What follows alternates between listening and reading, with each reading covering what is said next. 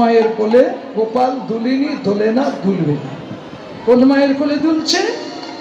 যশোমতীর কোলে, তাই না? তাহলে কে যশোমতী? কৃষ্ণ যশে যার মনোমতি।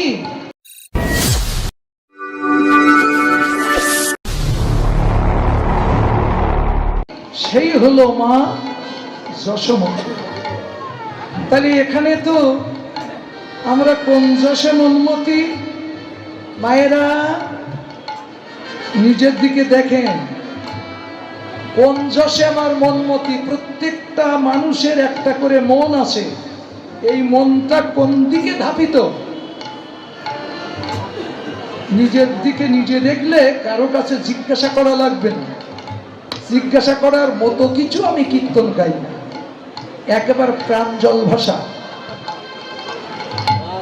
বুঝেছেন? একেবারে প্রাঞ্জল ভাষা, যে ভাষাগুলো আমরা সবাই বুঝি সেই ভাষা। কীর্তন হলো উচ্চাঙ্গের ভাষা, কিন্তু সে ভাষা আমি ব্যবহার কম করি। তুই একটা করি না করলে আবার পণ্ডিতেরা বলে কি বললো, পণ্ডিতের পাণ্ডিত্যের শেখাতে হয়। তাহলে মায়ের কোলে গোপাল দুলছে, কোন মা? যশোমতী। কোন কে যশোমতী? কৃষ্ণ যশে যার মনোমতি। ও মা, মা সবাই না, আপনারা সবাই মা, আমাদের মা। তাহলে আমাদের যখন লালন পালন করেছে, গর্ভে ধারণ করেছে, তখন নাড়ি কাটতে হয়েছিল না? কাটছিলেন তো? হ্যাঁ, আমরা হলাম নাড়ি কাটা সন্তান আপনাদের। আচ্ছা, কৃষ্ণের জন্য কি নাড়ি কাটতে হয়েছিল? বলুন আপনারা, হিন্দু তো নাকি? তাহলে তো অবশ্যই বলতে হবে, কৃষ্ণের জন্য কারো নাড়ি কাটতে হয়েছিল? নাড়ি কাটা সন্তান না, হলো সাধ্য সাধনার ধন। সাধন করে যা পাওয়া যায় তার কি নাড়ি ভুড়ি কাটা লাগে? কত কঠিন সাধনা করে তাই কৃষ্ণকে সন্তান রূপে পেয়েছিল। অনেক কঠিন সাধনা করেছিল। যেমন এই যশোমতী পূর্বে কি ছিল? পূর্ব লীলায় সত্য যুগে উনি ছিলেন ধরাসতী, পিতা ছিল দ্রোণ। এরা ছিল বড় অতিথি ভক্ত। সারাদিন ওই 3 দুয়ারের বেশি ভিক্ষা করবে না। 3 দুয়ারে ভিক্ষা করে এনে যা পাবে, তাতে আবার যদি অধিক না পায়, অধিক সেবা দিতে না পারে, সেদিন তারা সেবা করেন। এইভাবে সে জীবন ধারণ করেছে। পারবেন? 3 বাড়ির বেশি ভিক্ষা করবো না, তাই যা পাই তাই খাবো, না পাই না খাবো। ভগবানের সঙ্গে কত বড় দ্বন্দ্ব দেখুন। ভগবান, তুমি যদি ভক্তের অধীন ভগবান হয়ে থাকো, তুমি যদি ভক্তকে ভালোবাসো, তুমি যদি আমাকে রাখতে চাও, এই 3 বাড়ি থেকে ব্যবস্থা করে দেবে। আর যদি না রাখতে চাও, ব্যবস্থা করো না, খাবো না, না খেয়ে মরে যাব। তাহলে ভক্তের দরকার না ভগবানের? কত বড় কঠিন তপস্যা, কঠিন ব্রত দেখুন। এইবার একদিন দেবর্ষি নারদ আর নারায়ণ আর দেবাদিদেব মহাদেব, এরা 3 জন অতিথি হয়েছিলেন ধরাধরণের বাড়ি। কিন্তু এরা 3 জন ব্রাহ্মণ রূপ ধরে গেছে। যে বলছে, মা, ও মা, বাড়িতে আছো নাকি? কেউ তো কোনো সারা শব্দ দেয় না। 1 পা 2 পা করে বাড়ির ভিতরে ঢুকে ঘরের দিকে এগিয়ে যাচ্ছে। ধরাসতী ঘর থেকে বলছে, তোমরা এদিকে এসো না বাবা, তোমরা এদিকে এসো না, তোমরা ওখানেই থাকো, এদিকে এসো না।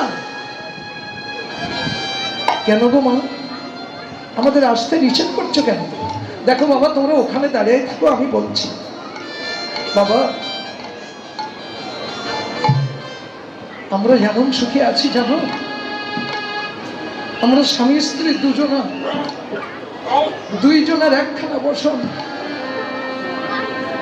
তাও শতদীর্ণ বস্ত্র, যে যখন বাইরে যায় সে তখন বসনখানা পড়ে যায়, আর একজন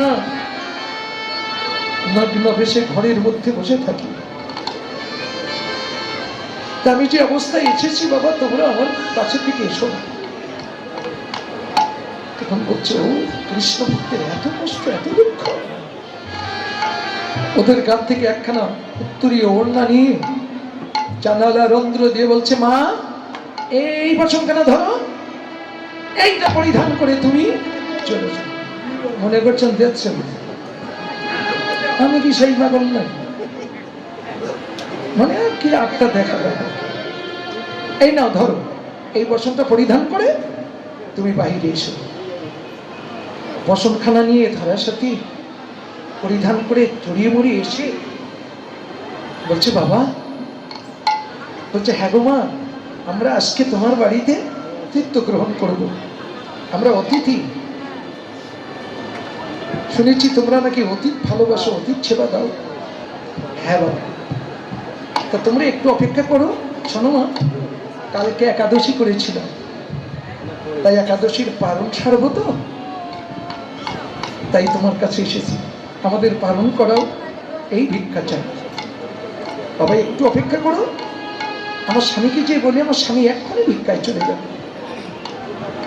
তখন বলছে, স্বামী গো, আজ আমাদের ভাগ্য ভালো, অন্য দিনে ভিক্ষা করে অতিথি মেলে না, আর আজকে দেখো আমাদের দ্বারে 3 জন ব্রাহ্মণ অতিথি এসেছে।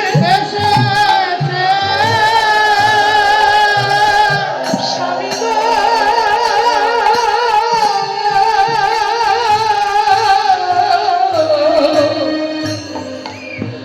আজ আমাদের ভাগ্য অতি ভালো, তুমি শীঘ্র ভিক্ষায় চলে যাও। যাও। দ্রোণ তখন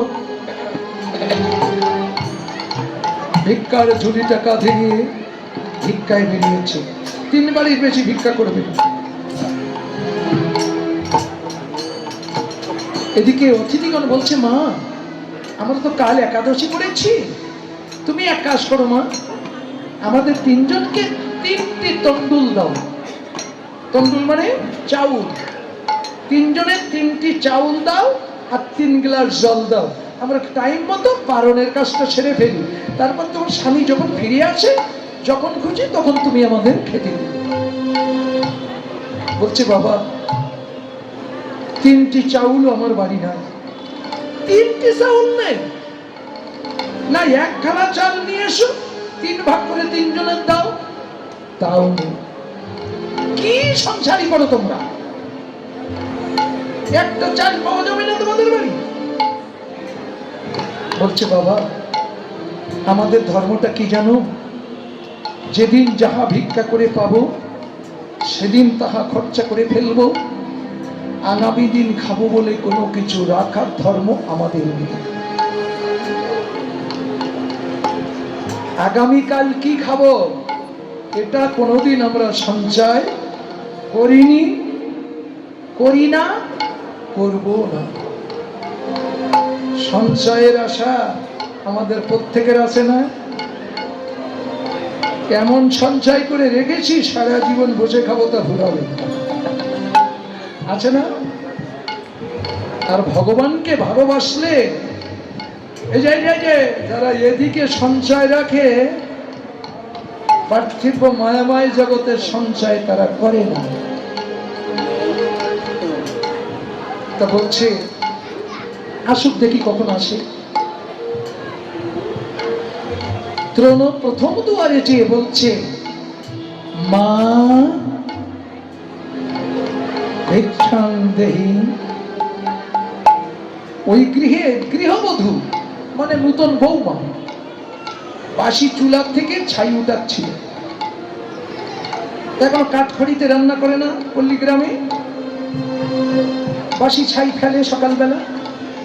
ছাই উঠাতে যে ওই ছাইয়ের ভিতর থেকে একটা বিষধর সর্প বাহির হয়ে ওই রমণীকে দংশন করেছে। তখন ও রান্না ঘরে বসে চিৎকার করছে, মা আমার সাপে কেটেছে, মা আমার সাপে কেটেছে, মা গো জ্বলে গেল, মা জ্বলে গেল। ওঝা বৈদ্য কবিরাজ ডাকতে ডাকতে মারা গেল। বলুন, ওই বাড়ি আর কোনো পাষাণ্ড ভিক্ষা নেওয়ার জন্য দাঁড়াতে পারে? ভিক্ষা দেওয়ার জন্য কেউ থাকে? ও বাড়ি ভিক্ষা হলো না, আর 2 বাড়ি বাকি আছে। এইবার দ্বিতীয় বাড়ি এসে দাঁড়িয়ে ডেকে বলছে, মা ভিক্ষাং দেহি। ওই বাড়ি একটা 3-4 বছরের ছোট্ট বাচ্চা ও পাড়ায় কোথায় খেলছিল, ছুটতে ছুটতে এসে মা মা করে আঙ্গিনায় ঘুরতে ঘুরতে ছটফট করে মারা গেল। সবাই ওই শিশু নিয়ে কান্নার রোলে মেতে গেল। বলুন, ওই বাড়ি কি আর কেউ ভিক্ষা চাইতে পারে? ভিক্ষা দেওয়ার মতো কেউ থাকে? হলো না। বাকি আছে এক বাড়ি, একটু দূরে গেছে, কেন নিকটে এদিকে কান্নার চোল পড়েছে, একটু দূরে যায়। দূরে যে এক বাড়ি দাঁড়িয়ে কেবল হাত পেতে বলেছে, মা ভিক্ষাং দেহি। ওই বাড়িতে রন্ধন গৃহ মানে রান্নাঘর থেকে অগ্নিকাণ্ড শুরু হয়েছে। রান্নাঘর থেকে আগুন জ্বলতে জ্বলতে বড় ঘরে ধরে গেছে, পাশের ঘরে ধরেছে, 4-5খানা বাড়ি একসঙ্গে দাউ দাউ করে জ্বলছে। সমস্ত এলাকার মানুষ ছুটে আগুন নিভানোর তলে ব্যস্ত। সমস্ত সবকিছু পুড়ে ছাই হয়ে গেছে। ভিক্ষা কি নেওয়া যায় না দেওয়া যায়? তৃণমূলিনী বদনে মরে যাবে, তবু 4 বাড়ি ভিক্ষা চাবে না। ভগবানের কি কঠিন পরীক্ষা দেখুন। অতিথিগণ বলছে, মা আমাদের যে পারণের সময় চলে গেল, বাবা তোমরা একটু অপেক্ষা করো, বাবা আমার স্বামী এক্ষুনি আসবে, উনি 3 বাড়ির বেশি ভিক্ষা করেন না। দেখে দ্রোণ ফিরে আসছে। ধরাদেবী একটু ছুটে গেছে, ছুটে যে আঁচল পেতে বলছে, স্বামী শীঘ্র তুমি তণ্ডুল দাও, আমাদের অতীত ছেলের সময় গেল। অতীত বইমুখ হলে সারা জীবনের সাধন ভজন সব বিফলে যাবে, শীঘ্র দাও। ধরাদেবী আঁচল পেতে নিচে বসেছেন। দ্রোণের থলের মধ্যে তো কিচ্ছু নেই। দ্রোণ আঁচলের দিকে তাকিয়ে আছে, 2 নয়ন থেকে টপ টপ করে জল পড়ছে ধরাদেবীর আঁচলে। ধরাদেবী দ্রোণের মুখের দিকে চেয়ে বলছে, স্বামী গো তুমি কাঁদছ কেন? কাঁদছ? এই কেউ কি তোমার প্রহার করেছে, মেরেছে? কেউ কি তোমায় বেশি কথা শুনিয়েছে? না। তুমি কাঁদছ যে? ধরারে আজকে কোথাও আমি এক মুষ্টি ভিক্ষা পাইনি। স্বামী গো, অতীত যদি বইমুখ হয়ে চলে যায়, অতীতের জীবনে যত দুঃখ কষ্ট নরক আছে সমস্ত সবকিছু আমাদের দিয়ে যাবে, আর আমাদের সারা জীবনের পুণ্যের ফলগুলো অতিথিগণ নিয়ে যাবে। তাহলে সারা জীবনের সাধন ভজন সব আমাদের নিষ্ফল হয়ে যাবে।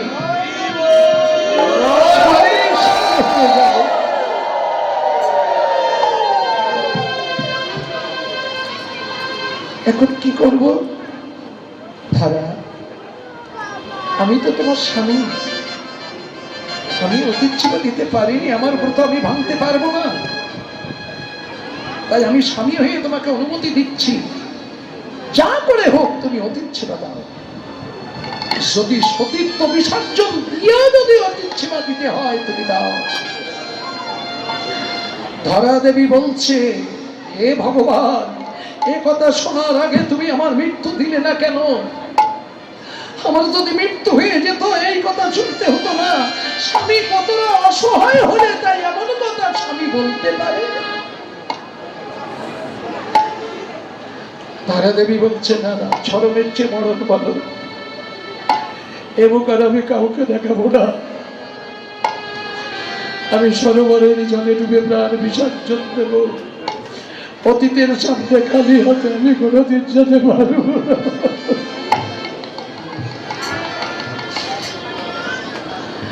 এবার অন্তর্যামী ভগবান, তুমি যেমন মনে কি বলছো, এখানে আমরা যতই যে যাই বলছি না কেন, অন্তর্যামী ভগবান কিন্তু সবই শুনছে, সবই দেখছে। ধরার মনের কথা শুনতে পেয়ে তখন শঙ্করকে ডেকে বলছে, শঙ্কর, শীঘ্র তুমি ওই সরোবরের কোলে একটি মুদির দোকান খুলে বসো, আমার ভক্তকে পরীক্ষা করতে হবে, যাও। শঙ্কর দেবাদিদেব মহাদেব যে একটা মুদির দোকান খুলে বসে আছে, ঘরে দেবীজি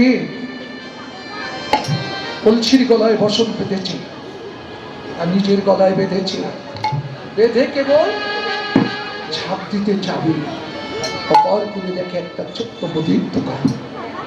বলছি, এখানে দোকান দিল কি? আজ কতদিন স্নান করতে আসি, কোনোদিন তো এখানে দোকান দেখিনি, হঠাৎ রাতারাতি কে দোকান দিল? দেখি তো। দোকানদারের কাছে যে যদি আমাকে এক মুষ্টি ভিক্ষা দেয় তবে আত্মহত্যার হাত থেকে তো বেঁচে যাব। পৃথিবীতে যত পাপ আছে সর্বশ্রেষ্ঠ পাপ হলো আত্মহত্যা। আত্মহত্যা মহাপাপ। এই মহাপাপের হাত থেকে আমি মুক্তি পাবো। ধরা সাথী আমার আস্তে আস্তে মুদির দোকানের কাছে এসেছে। মুদি কে? আমি গো, আমি। কি চাই? বলছে, মুদি, আমার দ্বারে 3 জন ব্রাহ্মণ অতিথি এসেছে, আমার স্বামী ভিক্ষায় গিয়েছিল, কোথাও কিচ্ছু পাইনি, তুমি আমাকে এক মুষ্টি তন্ডুল ভিক্ষা দেবে মুদি? এক মুষ্টি কেন, 10 মুষ্টি কেন? যত খুশি চাও তত খুশি দেব, যদি তুমি আমার বাঞ্ছা পূর্ণ করতে পারো। কথা দাও? হ্যাঁ দেব, তুমি যা চাবে আমি তোমাকে তাই দেব। তুমি আমার অতীত সেবার জন্যে তন্ডুল দাও। দিলেন। তন্ডুলগুলো নিয়ে অঞ্চলের মুড়িতে বেঁধেছে, বেঁধে বলছে, মুদি, অমুদি, এবার বলো তুমি আমার কাছে কি চাও? আমি তোমার কাছে অঙ্গীকারে বাধ্য, যা চাবে আমি তাই দেব, বলো তুমি কি চাও? তখন বলছি, তুমি আগে অতীত সেবা দাও, বাড়ি যাও, অতীত সেবা দিয়ে এসো, তারপর আমি চেয়ে নেব। না না, ও ভুল আমি করবো না। ওগো মুদি, তোমার কাছ থেকে ঋণ করে নিয়ে ঘরে যে যদি আমার মৃত্যু হয়ে যায়, তোমার এই ঋণ পরিশোধ করবার জন্য ধরার মাঝে আমার জন্মগ্রহণ করতে হবে। পৃথিবীতে যত পাপ আছে, ঋণ পাপের মতো পাপ নেই।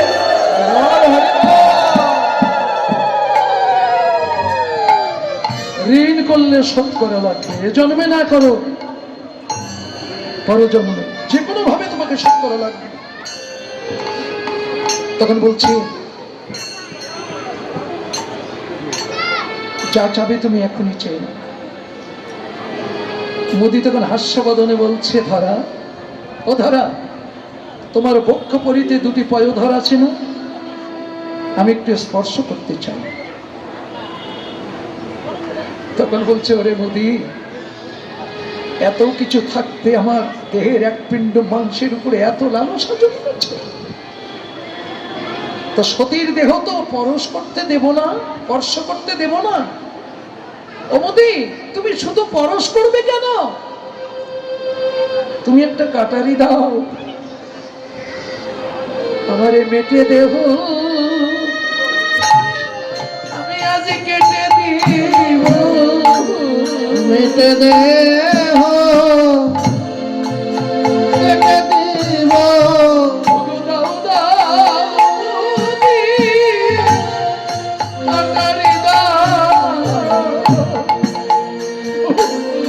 কেটে দেহ, কেটে দিব, দাও দাও মুদি, কাটারি দাও, কেটে দেহ, কেটে দিব, দাও দাও মুদি, কাটারি দাও, কেটে দেহ, কেটে দেহ।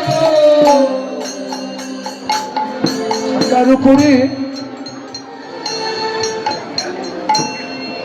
দোকানে থাকা করা থাকে না, থাকার উপরে একটা কাটারি ছিল। সেই কাটারিটা ধরা দেবী টেনে নিয়ে হে গোবিন্দ দয়া করো বলে, গোবিন্দ দয়া করো বলে স্তনে টানা ভাড়া, হে গোবিন্দ দয়া করো প্রাণে টানা ধরা গোবিন্দ দয়া করো বলে। এদিকে গোবিন্দ ধরা দেবীর গৃহে ছটফট ছটফট করছে। নারদ, আমার অঙ্গ চলে যাচ্ছে, আমি আর সহ্য করতে পারছি না। আমার মনে হয় আমার কোন ভক্তের অঙ্গে আঘাত হচ্ছে। নারদ, তুমি আমায় একটু ধরো, আমি আর সহ্য করতে পারছি না।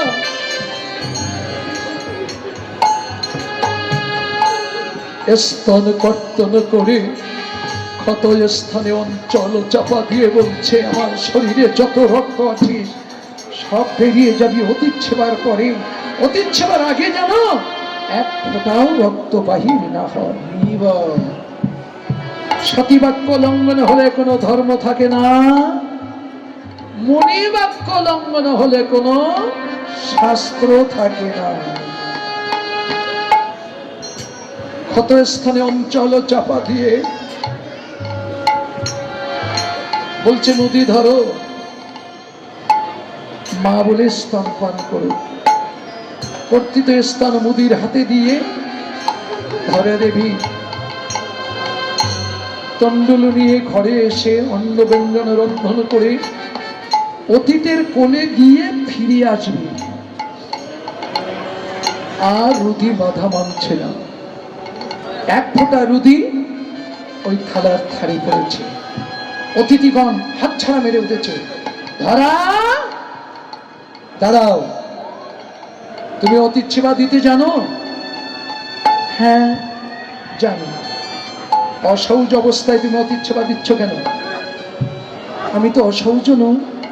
অসৌজ নও তাহলে এখানে রক্ত এলো থেকে? তুমি রজস্বালা, তোমার হাতের আমরা খাবো না। হাত ছাড়া মেরে একটু দাঁড়িয়েছে, বলছে ঠাকুর তোমরা সেবা করো, আমি কথা দিচ্ছি আমি রজস্বলা নই, আমি অসৌচ নই। তাহলে এরূপ তো কোত্থেকে এলো? ধরা দেবী আছাড়ে খেয়ে ধরার মাঝে পড়ে বলছে, আমার স্বামী গিয়েছিল ভিক্ষা করতে, কোথাও এক মুষ্টি ভিক্ষা পাইনি। আমি গিয়েছিলাম প্রাণ বিসর্জন দিতে সরোবরের জলে। অফার করে তাকিয়ে দেখি একটা মুদির দোকান। ওই মুদির দোকানে যেয়ে আমি কিছু সাহায্য চাইলাম, কিন্তু তার পরিবর্তে সে কি চেয়েছিল জানো? আমার বক্ষ পরিতে স্তনে স্পর্শ করতে চেয়েছিল। আমি তাকে সতীর দেহ স্পর্শ করতে দেইনি, তাই আমার বুকের স্তন আমি কর্তন করে মুদির দোকানে বন্ধ করে খেয়ে অতিথি নারায়ণ সেবন লাগে আয়োজন করে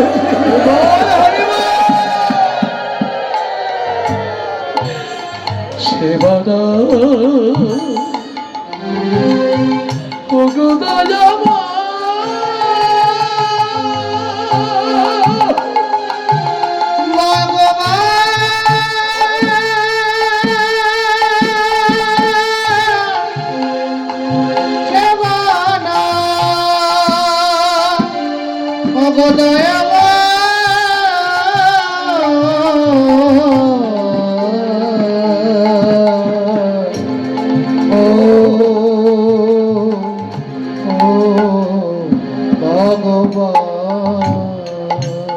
সেবা করব। এদিকে শঙ্খ চক্র গদা পদ্ম রূপ ধারণ করে বলছে, দেখো তো মা, আমায় চিনতে পারো কি? ঠাকুর তুমি? হ্যাঁ দেখি মা। কোন স্তন তুমি বন্ধ করে গেছ? ক্ষত স্থানে কমল হস্ত বুলিয়ে দিলেন, দিব্য স্তন হয়ে গেল। বলো মা, কি চাও তুমি? তোমার সাধনায় সিদ্ধি হয়ে গেছে। কি বর চাও তুমি চেয়ে নাও।